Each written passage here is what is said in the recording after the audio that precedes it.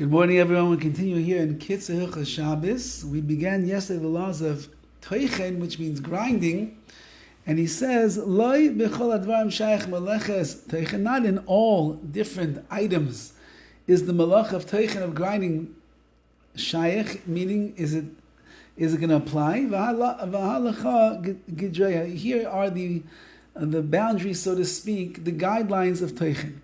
Number one, giduli karka, it must be something that grows from the ground. Rak begiduli karka noheges meleches toichen. Only in those things that actually grow from the ground, natural things that are growing from the earth, do we have the problem of toichen, of grinding. And so too those things that come from the karka, from the land, from the earth itself.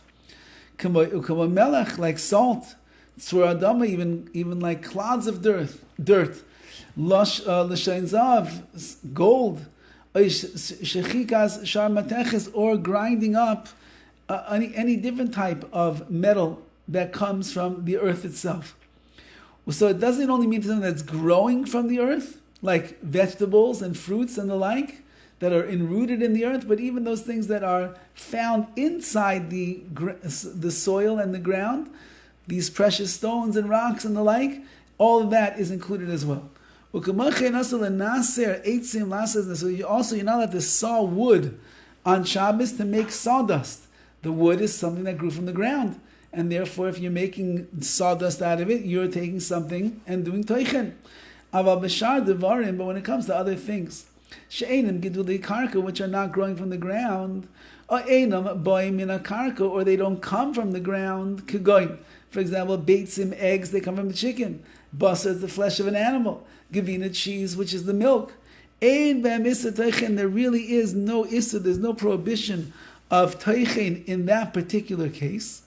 And you could end up, if accordingly, midaraisa anyway, you'd be allowed to grind them. Nevertheless, says the KITZUR, still over there, to grind them in all ways, you're not going to be allowed to, he says.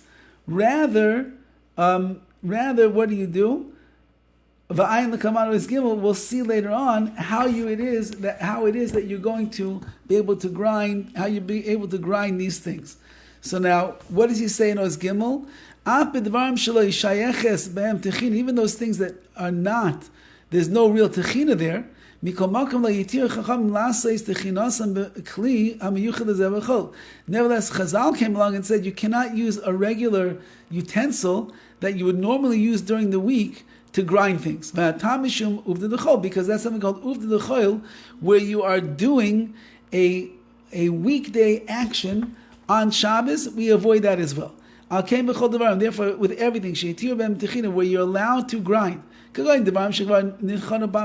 example, things that were already ground once, things that didn't grow from the ground, like we're saying, our eggs, and close to the meal.